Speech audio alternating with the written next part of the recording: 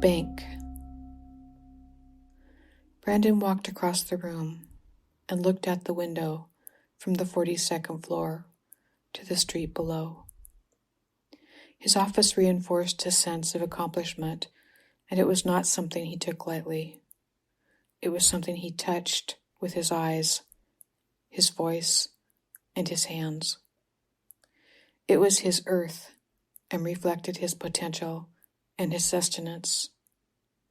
He viewed it in the same way his father had viewed the fields in early spring. Brandon had grown up on a farm in rural Wisconsin. For generations, his family had eked out a living on their land, but Brandon wanted more. He was not satisfied with the life his father lived. He was uncomfortable with the seasonal uncertainty that caused them to suffer repeatedly. He viewed the ability to endure suffering as weakness and felt himself impervious to it. Suffering and weakness is unnecessary, he told himself repeatedly. As soon as he graduated high school, he fled, landing in New York after graduating magna cum laude from Harvard at the age of 19 with a degree in physics. He chose physics to please his father because he had once wanted to be a physicist himself, but Brandon had no intention of pursuing physics as a career. He had researched and learned that the investment bank where he wanted to work frequently hired physics majors, and he was correct. Within a few months after graduating, he was hired to oversee the research in commodities markets. He felt like he was home. Over the next 12 years, he had only experienced success. The bank recognized his willingness to motivate teams of traders, and the profits soared. He sent money home to his father each month. He paid off the mortgage on the farm. He was comfortable with how things were going and felt confident that he had made the right choice. But then he met William, and a dark feeling began to seep into his otherwise perfect world. At first, it wasn't based on any interaction he had had with him. It was more of what wasn't said.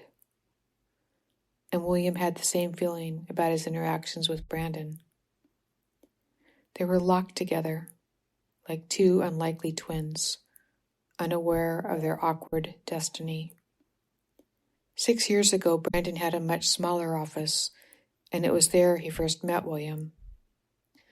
Another manager had hired William to help with coding for his team of traders working with the algorithmic high-frequency trades and low-latency trades in the commodities markets.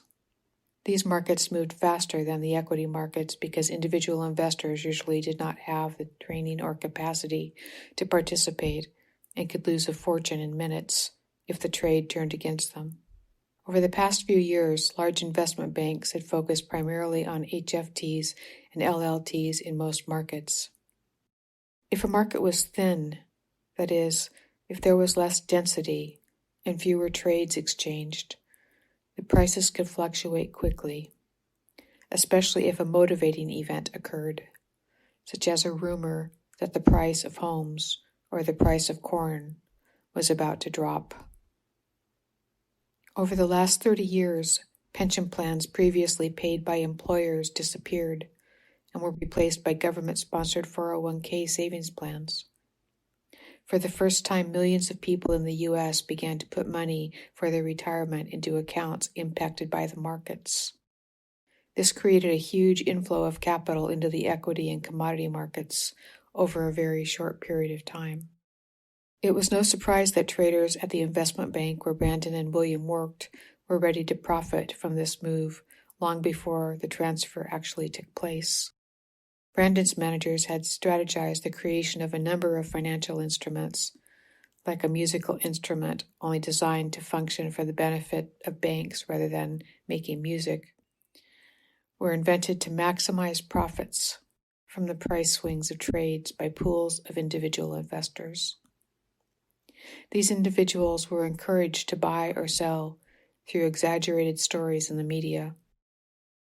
Bubbles were created. A frenzy might be whipped up by creating a story about the earnings potential in companies, causing every small investor to jump in on the trade. At the same time, Brandon's traders were taking the other side, selling shares to them.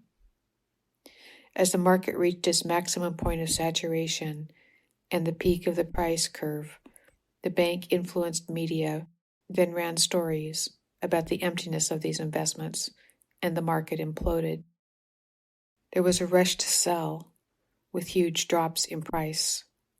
This allowed Brandon's bank to profit as the price of their side of the trade rose rapidly, with prices of the underlying, the shares of a specific equity, plummeting.